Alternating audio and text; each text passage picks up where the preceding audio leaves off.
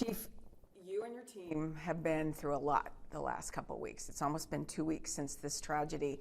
So I would like to open up and ask you how you're doing and how your team is doing. We're recovering, and I can't say enough about my team. I am just extremely proud of how they handled that particular day. And it was much more than rushing to the sounds of gunfire and engaging with that assailant at the time to protect the lives of others. It was what they did afterwards as well. We also had officers who were busting out windows, to the church, because they could hear screams of help. The fire had started to spread throughout the church, and they started removing people, 6 at a time, children, the elderly, that were really unable to care for themselves. So what we have done now, post-incident, is we really have to watch for our people. And for myself, being the chief of police, I put my people first, their well-being. I instantly assigned a lieutenant for the wellness of our staff. That included civilians, and included our police officers, and our fire department as well. We brought in the Oakland County Sheriff's Office peer support team. They offered that up to us, and I can't say enough about them. They dedicated 5 of their deputies to us starting that Sunday, and they just left this past Tuesday. We also flew in a psychiatrist from Arizona. She's handled the Oxford shooting, and she's also handled the Rochester splash pad shooting. I have nothing but great things to say about her. So she's helped us out. She's provided some counseling, just one-on-one sessions, for our officers, for our firefighters. One thing that we forget about often is those civilians, the ones who took those calls for service, the ones who had to review body camera footage of this incident and play it over and over in their head. So it was imperative for me as the chief to get those people mandatory counseling. It was not an option.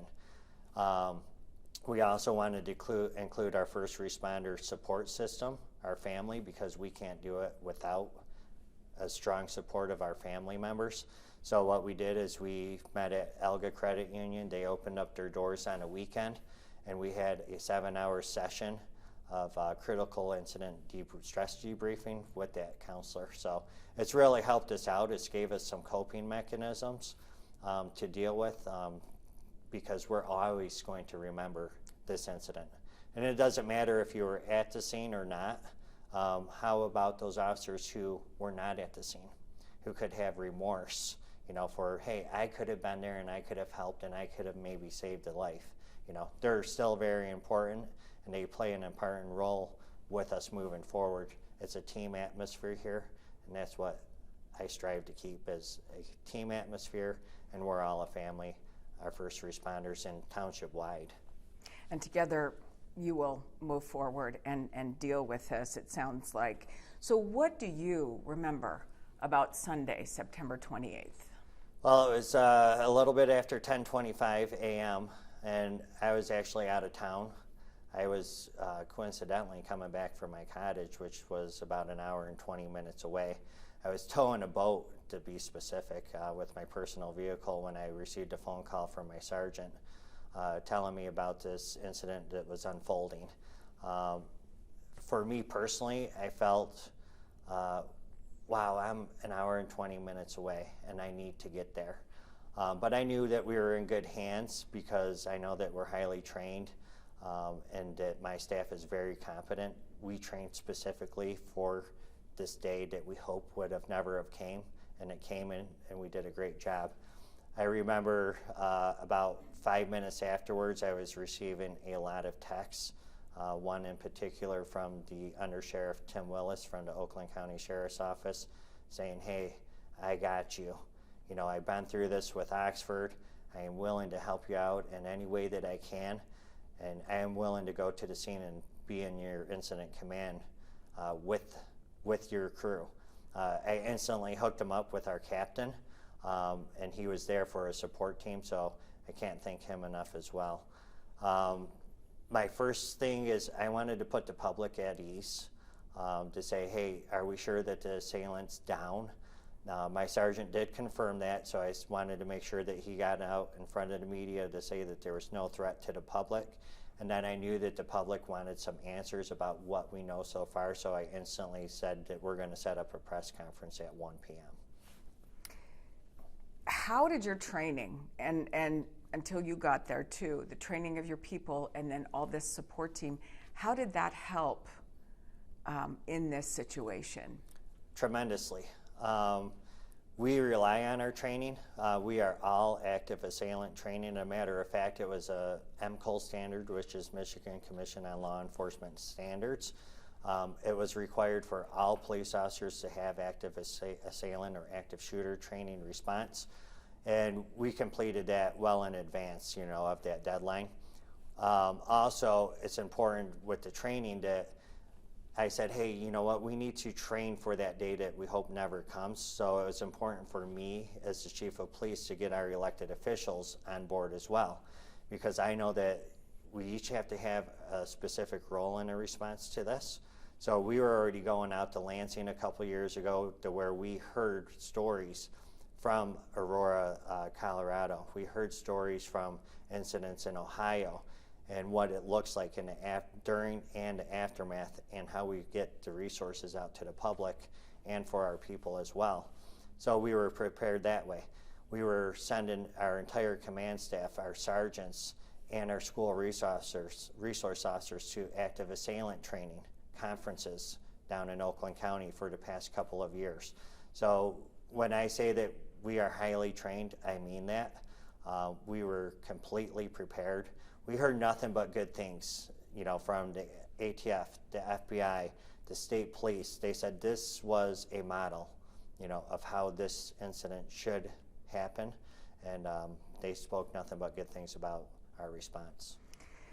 The citizens played a role in what was happening that day. Can you go into that a little bit? How you're the trained officers, but people had to help. They had to jump in and help. Yeah, so when we have an incident like that, we can't do it all by ourselves, And it's important that those people who were inside that place of worship on that day, that they helped one another as well. They were shielding those children, trying to get them to safety as much as they can. They were fleeing in their vehicles, trying to get away. And that's one of the first things that they should do is run, hide, and then your last resort is fight, So they did that inside that community that day, and it really showed, and that saved lives as well. Which drives the point home, and I don't want to digress too much, but these trainings not only help you, law enforcement officers, all of us should be engaging in these types of trainings, so we're prepared. Yeah, you should always have a plan, an emergency plan. Get with your place of worship, your leadership, and you guys got to talk about it. You have to say, hey, what's each specific person's role going to be if this happens? Because if you're not planning, this response, you're planning to fail in the future, just like us as law enforcement. So, and it's also important to, identify what do you do afterwards? Where's the reunification at? So have those plans put in place, so then if this happens, it's going to be run much smoothly for you, for the public. Here's a question that I had that I was thinking about. You have a job to do here, but you're also a human being. You're a father, you're a husband, you're a friend, but you've got a job to do when something like this happens.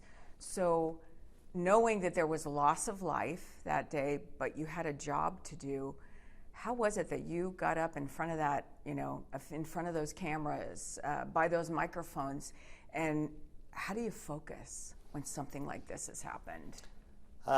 So I'll be honest, I was getting pulled in a million directions that day. I had to obtain important information to get that out to the public. I had to deal with the media. I was briefing my elected officials. I was briefing the DEA, the ATF. We were meeting prior to the press conferences, and it was a lot. I was receiving a lot of support from my friends and families through text messages that I just was unable to get to. And I will say that it all comes back to training. So when I did staff and command, I was constantly in front of the camera doing presentations, you know. I went to public information officer training where, you know, it's rigorous training to deal just with the media. And when I was in front of those cameras, I didn't even think that it was an international incident. I thought this is just training for me.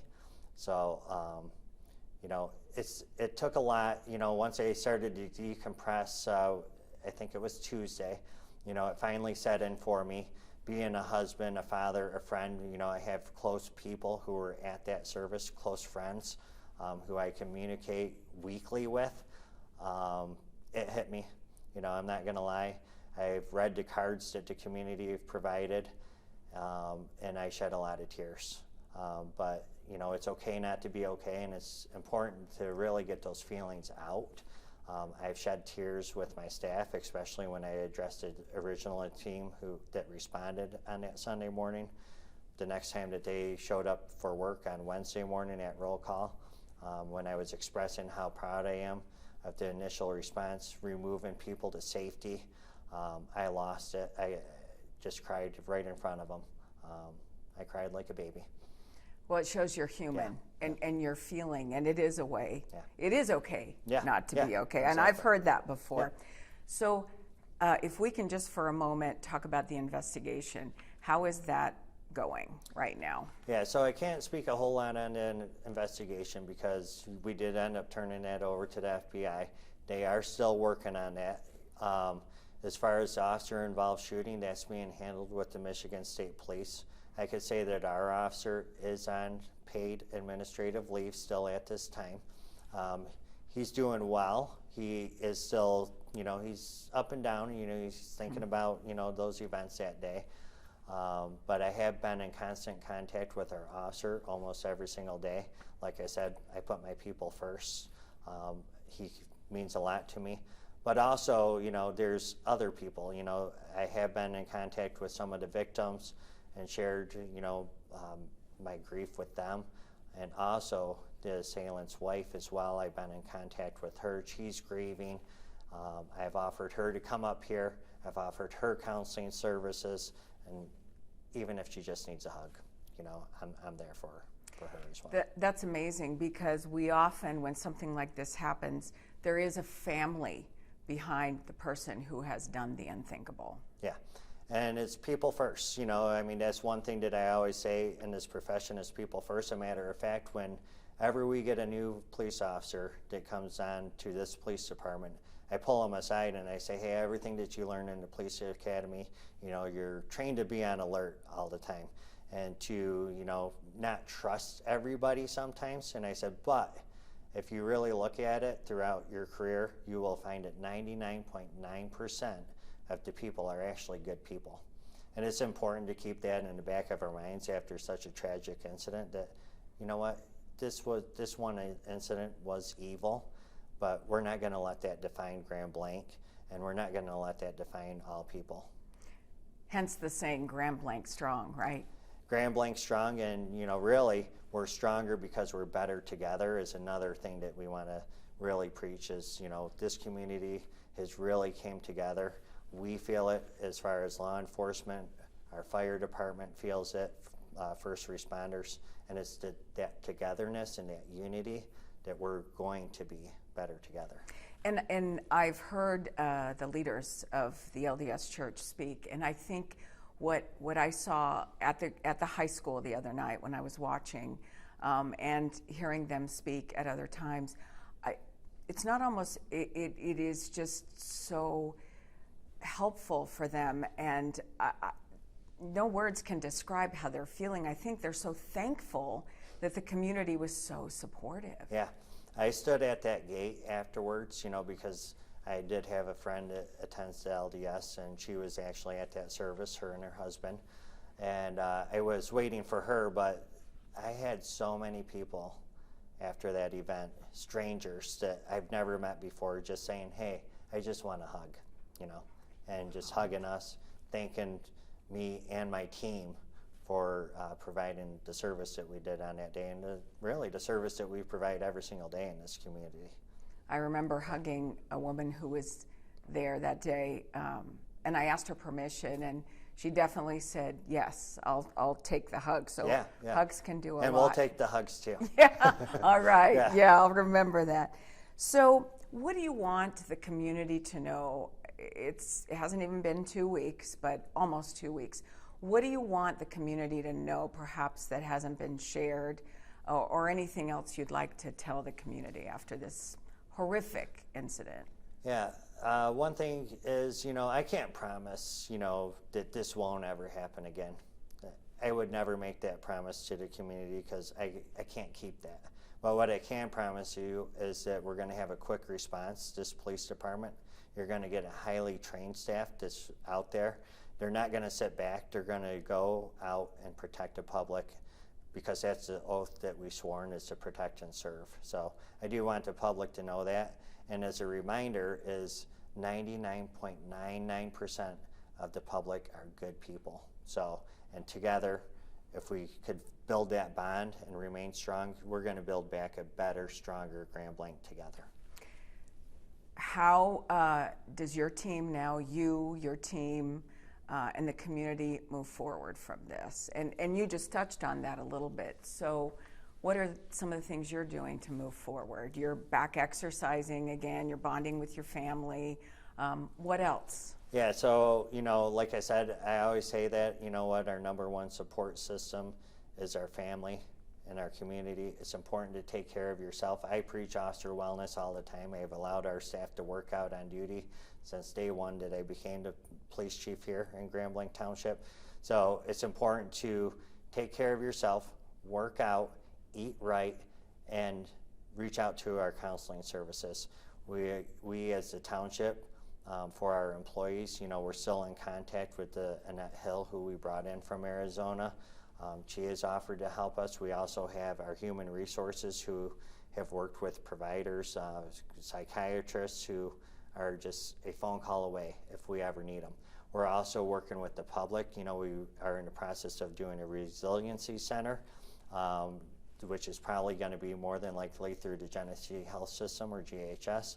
They're right around the corner to help you, and we are here for the community as well. We have a co-response team, meaning that I have a crisis intervention trained police officer paired up with a GHS social worker here at the police department. They work Monday through Friday, 8 to 4, and right here on staff at the Grand Blanc Township Police Department. All you have to do is come in and we will provide the resources for you and get the help that you need. And we can't live life being scared. Absolutely not. Yeah, so don't live life being scared, because if you do that, evil wins, and we don't want evil to win. We're stronger together. Is there anything else that I haven't asked you today that you would like to add to our conversation? Yeah, for all those first responders, it was amazing that day. We had over 30 fire departments who were responding. West Bloomfield had sent up a fire department rig. For the local law enforcement, I can't thank them enough, for all the support through Oakland County Sheriff's Office, Genesee County Sheriff's Office, the Michigan State Police. We had the Chief of Police from Davison Township in that incident command center. Grand Blanc, for the city of Grand Blanc, for setting up our community gathering and providing the security. I can't thank them enough. And most importantly, too, is I can't thank our first responders' families that are here. Without them, we couldn't do it. And also the community, we feel the support. I think that we're going to get back and show what the community has done for us here shortly, but thank you. Thank you very much. Thanks for sitting down with us. You're welcome.